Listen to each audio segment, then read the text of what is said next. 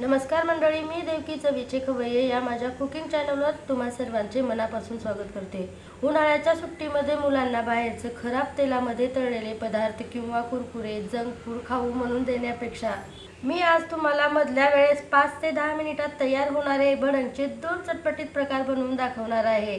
ते सुद्धा घरच्या काही कमी साहित्यात व थोड्याशा कच्च्या कैरीपासून बनवून दाखवणार आहे। बघता क्षणी तुमच्या तोंडाला नक्की पाणी सुटणार आहे। लहानच काय मोठे देखील आवडीने खातील। चला तर मंडळी, बोलण्यामध्ये जास्त वेळ वाया न घालवता लगेचच भडंग बनवायला घेऊ। तर मंडळी, इथे मी भडंगचा पहिला प्रकार बनवून दाखवणार आहे।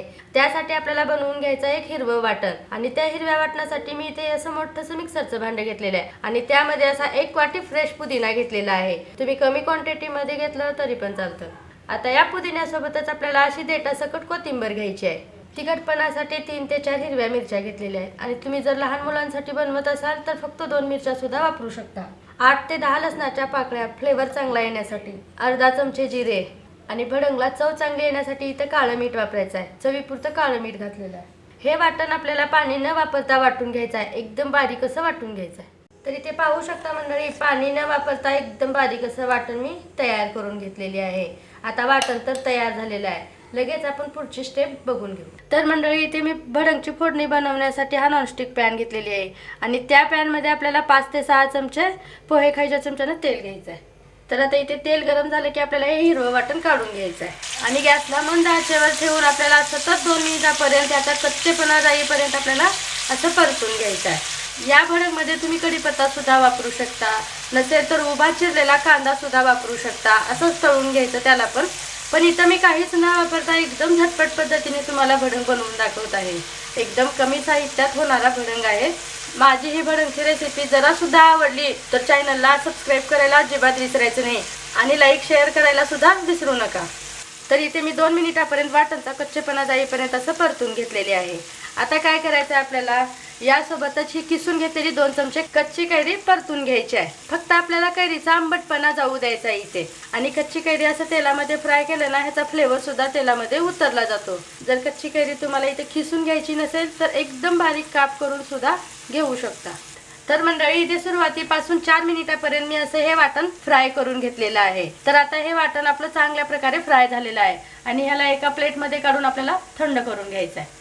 तर मंडळी, इथे हा भडंग बनवण्यासाठी मी इथे 3 कप कुरमुरे घेतलेले आहे आणि त्यामध्ये हे हिरवं वाटण जे फ्राय करून ठेवलेलं होतं ते इथे पूर्ण काढून घ्यायचं आहे। आणि आता इथे यासोबतच 50 ग्राम शेंगदाण्याला असं मी तळून घेतलेलं आहे। आणि जर तुम्हाला इथे तळून घ्यायचे नसतील शेंगदाणे तर एकदम असं कुरकुरीत होईपर्यंत भाजून घेतलं तरी पण चालेल। आता यासोबतच अशी मी बारीक शेव घेतलेली आहे, ही पण 50 ग्राम घेतलेली आहे। आणि एकदम भडंग चटपटीत होण्यासाठी इथे अर्धा चमचा चाट मसाला घेतलेली आहे। इथे चवीपुरतं मीठ। आता या सर्व जिन्नसांना आपल्याला कुरमुऱ्यामध्ये चांगल्या प्रकारे मिक्स करून घ्यायचं आहे। आणि जेव्हा मी हिरवं वाटण बनवत होती तेव्हा काळं मीठ वापरलेली होती आणि काळ्या मिठाची चव एकदम चटपटीत असते, पण ती पदार्थात वापरताना थोडीशी जास्त वापरावी लागते। आता जी वापरली ती मी रेग्युलरची वापरली आहे, कारण चव बॅलन्स होते त्यामुळं। आता या सर्व जिन्नसांना आपल्याला असं चमच्या बाजूला ठेवून हातानंच मिक्स करून घ्यायचं आहे, कारण आपले मसाले पूर्णपणे थंड झालेले आहेत, चटका अजिबात बसणार नाही।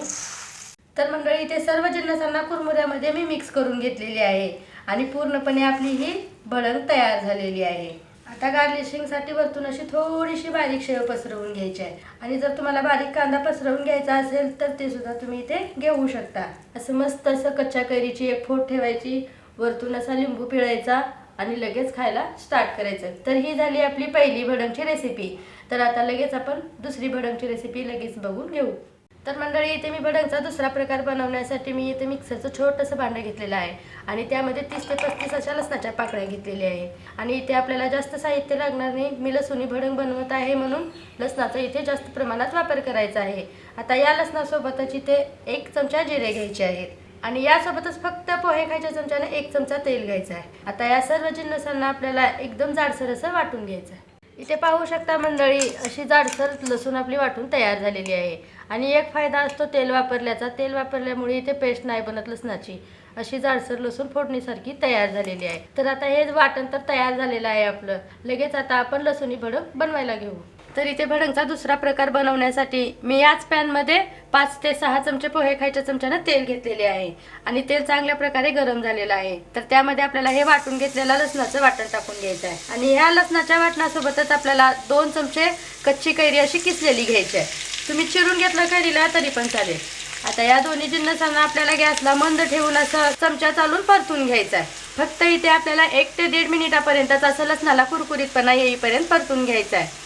तर इथे पाहू शकता मंडळी, लसणाला असं मस्त असा लाल रंग आलेला आहे. तर आता इथे आपल्याला काय करायचं आहे, तर इथे आपण हा लाल कलरचा भडंग बनवत आहे. त्यासाठी मी इथे 1 चमचा काश्मीरी पावडर वापरत आहे. ही तिखटला कमी असते म्हणून इथे 1 चमचा वापरले. जर तुम्ही इथे रेग्युलरची वापरत असाल तर अर्धा चमचा लाल तिखट वापरलं तरी पण चालेल. आता काय करायचं आहे, आपल्याला मिरचीला जास्त फ्राय करत बसायचं नाही. फक्त 1 ते 2 सेकंदापर्यंतच फ्राय करून घेतलेला आहे. आता या फ्राय केलेल्या जिन्नसांना आपल्याला एका प्लेटमध्ये काढून थंड करून घ्यायचं. तर मंडळी, इथे मी दुसरी लसुणी भडंग बनवण्यासाठी हे 3 कप कुरमुरे घेतलेला आहे आणि त्यामध्ये जे आपण फ्राय करून घेतलेलं लसणाचं वाटण फ्राय करून घेतलेलं होतं त्यामध्ये घालून घ्यायचं आहे. आता यासोबतच इथे 50 ग्राम शेंगदाण्याला मी असं तळून घेतलेलं आहे. जर तुम्हाला तळायचे नसतील तर तुम्ही भाजून सुद्धा घेऊ शकता. आता यासोबतच इथे 50 ग्राम बारीक शेंग घेतलेली आहे. इथे चटपटीत चवीसाठी अर्धा चमचा चाट मसाला. इथे दुसऱ्याच कोणत्याच मसाल्याचा वापर करायचा नाही अजिबात आणि चवीपुरतं काळं मीठ टाकायचं आहे. आता या सर्व जिन्नसांना आपल्याला हातानेच मिक्स करून घ्यायचा आहे, कारण आपला जो मसाला फ्राय करून घेतलेला होता तो चांगल्या प्रकारे थंड झालेला आहे इथे. तर मंडळी, इथे तुम्ही बघू शकता मस्तपैकी दोन्ही भडंग आपल्या तयार झालेले आहेत. पहिली होती पुदिन्याची भडंग, जी हिरव्या मिरचीचं वाटण तयार करून घेतलेलं ती. आता ही झाली आपली दुसरी लाल भडंग, लसूणच्या फ्लेवरची लाल भडंग आपली तयार झालेली आहे. आता याच्या गार्निशिंगसाठी फक्त इथं असं वरतून थोडीशी शेवशी पसरवून घ्यायची आहे आणि जर तुम्ही वरतून असं लिंबू पिळून खाल्लात ना तरी पण चवीला एकदम अप्रतिम लागते.